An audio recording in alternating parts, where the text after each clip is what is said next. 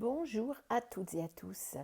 Aujourd'hui, nous allons tirer un autre petit caillou pour savoir quel est le mot du jour sur lequel je vais développer cette vidéo. Donc tout de suite, je vous retrouve dans quelques instants après notre petit tirage d'un caillou avec le mot de la journée.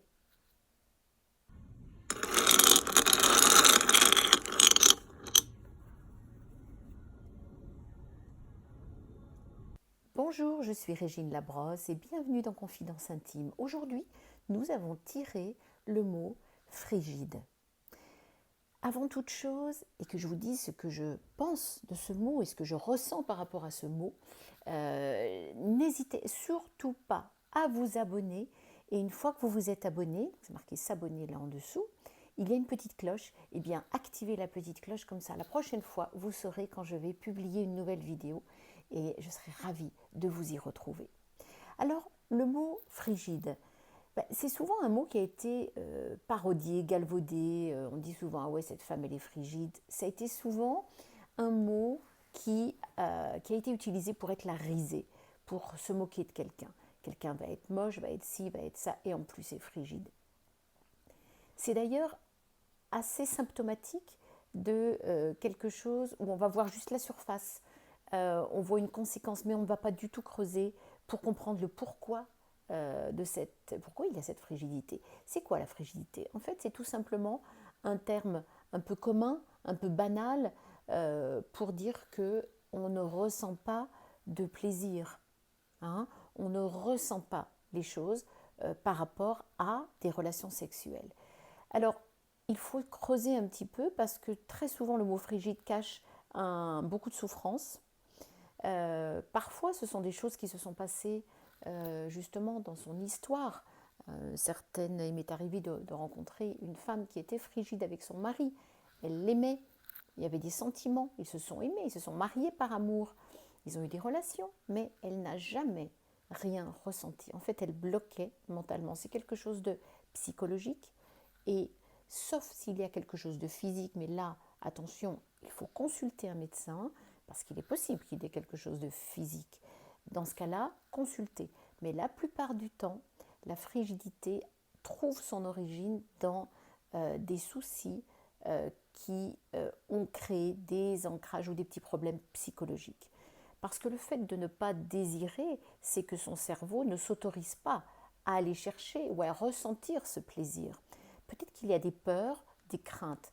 La personne à laquelle je pense aujourd'hui, qui est venue parler avec moi de sa grosse souffrance, parce qu'elle ne ressentait pas justement au cours des relations, elle n'avait pas de plaisir et elle le faisait juste mécaniquement par devoir conjugal, eh bien, il s'est avéré tout simplement et très tristement qu'elle a été abusée par son beau-père pendant des années, sans pouvoir le dire. Ce sont les drames familiaux où une jeune fille, parfois des jeunes garçons, se sentent piégés par un autre qui est dans la famille, et la peur de décevoir, de ne pas plaire à maman, ne pas vouloir lui avouer les choses, et de penser que c'est normal et que c'est nous qui ne sommes pas dans la normalité, eh bien ces enfants acceptent et doivent subir ce genre de situation.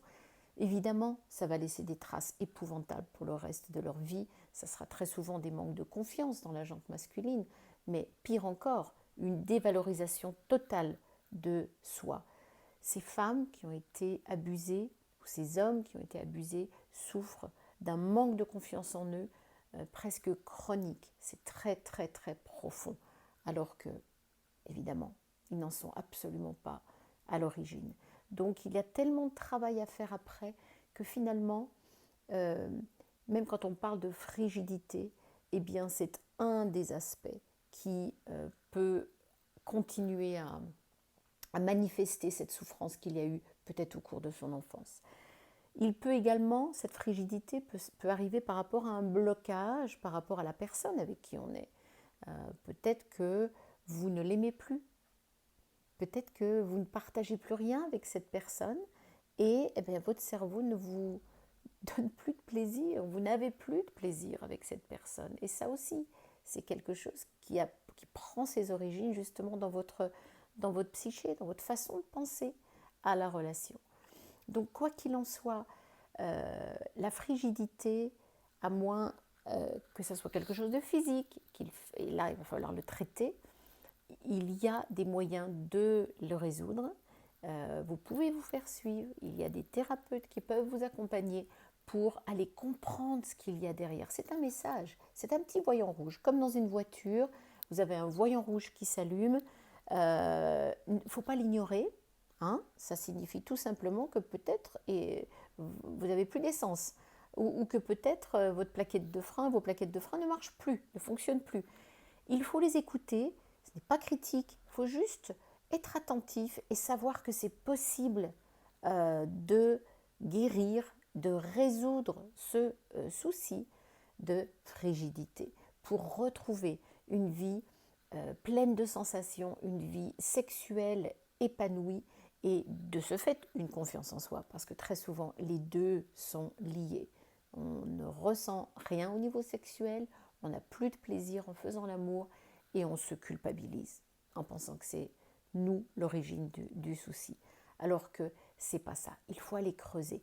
Peut-être qu'il s'agira de parler avec votre conjoint. Peut-être que les choses sont trop rapides, trop brutales.